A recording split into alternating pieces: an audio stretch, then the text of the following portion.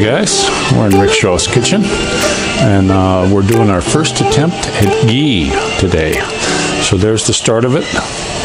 I went ahead and I bought one of the videos I watched on YouTube said have a white pan so you can brown it just right.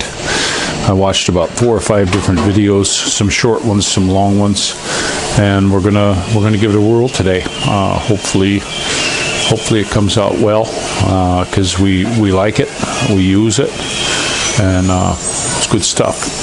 Now today I went out to get some supplies for us, and I just want to tell you, I know this is about driving here.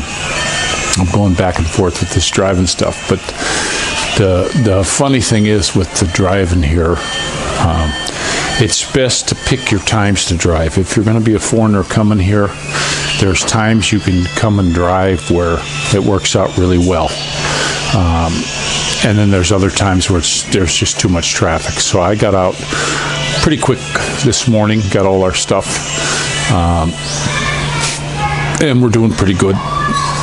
So just watch that. One of the things I noticed today that really got me, when I come home, there's a one-way road, and there's always people coming the wrong way on this one-way road. And this is what you're going to find here in the Philippines. They're stopping people for not wearing a mask, and they're giving them fines. Oh, you're drawing pictures. Good job, mister. And they're busting them. And I seen that. I stopped to pick up some stuff at this one little shop, and I asked the cop, how come you're not getting these people going the wrong way? It's not my job, he said. I said, well, there's some traffic cops there. Isn't that their job? Why aren't you going to tell them to do their job? Not my job. That's just their patent answer. And it's just ridiculous. And then when I come out of this one-way road, then it becomes a two-way, and all these people will counterflow. So if you're coming the other way, you have to stop. You're in your lane of travel, and you have to stop because all these people coming the wrong way to pass each other and all this stuff. And this is what you're going to run into. So pick your times when you drive, guys. It's because otherwise it's a nightmare. So I'm going to keep working on the ghee, and I'll take some more pictures in a little bit. See ya. Hey guys, we got it all melted down now. Now this ghee here, this is they tell you to use unsalted butter. I got my white pan, and it's starting to boil right now. And we're going to be looking for the first thing of foam that'll supposedly disappear. And then we'll brown it, and everything should be okay. We're hoping when we get to the new place, we'll get canning started again. I used to always love to can. I remember I would spend an entire weekend canning and just putting food up and meats and stuff. I got a bear one time in Manitoba, and canned, I think I did 180 quarts of cold-packed bear meat. Had that for years. Always loved to cold-pack the meats. Then you got them. You don't got to refrigerate them. You don't got to sweat them. Yeah, buddy. Oh, you're a drawer. Got him a nice paper. I think that's the best gift you can give this little guy, is a dang paper and a pencil. He loves to draw, and he's getting better. So I'm gonna keep on stirring this, and I'll be back with you in a little bit. Okay, we're getting down to the first scum here. They said that would happen, and this will go away. I got it turned way down just so it will simmer, and we're just going to go ahead and chill for a little bit, let her simmer, and should be starting after this scum goes away. They claim on the video that this will go away. I might have the fire too low, but we'll keep an eye on it. Okay, I got the fire up a little bit more, so it's bubbling kind of good. I'm staying on the stirring right now. I do want to say the unsalted butter I'm using is New Zealand butter. It's all grass-fed, so this should be really healthy for us guys. You know, we don't got to worry about bad stuff in there. You know, cows who eat corn are sick. I worked at a college for a while, and they had a veterinarian clinic and all that, and they used to have these big holes cut in the cow where they would reach into the different stomachs and grab stuff out, and that's where your E. coli and all that garbage comes from feeding these guys corn. So this is all grass-fed butter, and it should make a very good ghee. I'm still trying to cook off the first froth that it gets. It's just supposed to be almost done on the second one, so we'll give her some more time, and I'll be back. Hey guys, I cranked up the heat a little bit. It's still got the first layer of foam there. Now I did buy a pan just for ghee. It's a ceramic job with a white base. One of the videos I watched said, you know, if you have a white base, it's easier to see the browning that you get in it. After this first scum, this is supposed to cook into it, and then after it cooks a while, there'll be a second one. So I'm gonna just keep doing what I'm doing. Hey, this is new stuff for me. This is brand new territory for Rickshaw's Kitchen. So we're giving it a go. Okay, just like the one Indian girl said when she was making her ghee, that the scum will disappear. It kind of went and settled to the bottom now. I turned the flame down a good bit. It's still cooking pretty good. But, you know, this is the first time, guys. So we're giving it a heck. Okay, guys. What I'm waiting for now is the second scum on top. My understanding from everything I've watched on this and read about ghee is you're trying to get rid of all the water. And it seems like it's still boiling off water. It's at a very low temperature right now, and it's starting to brown.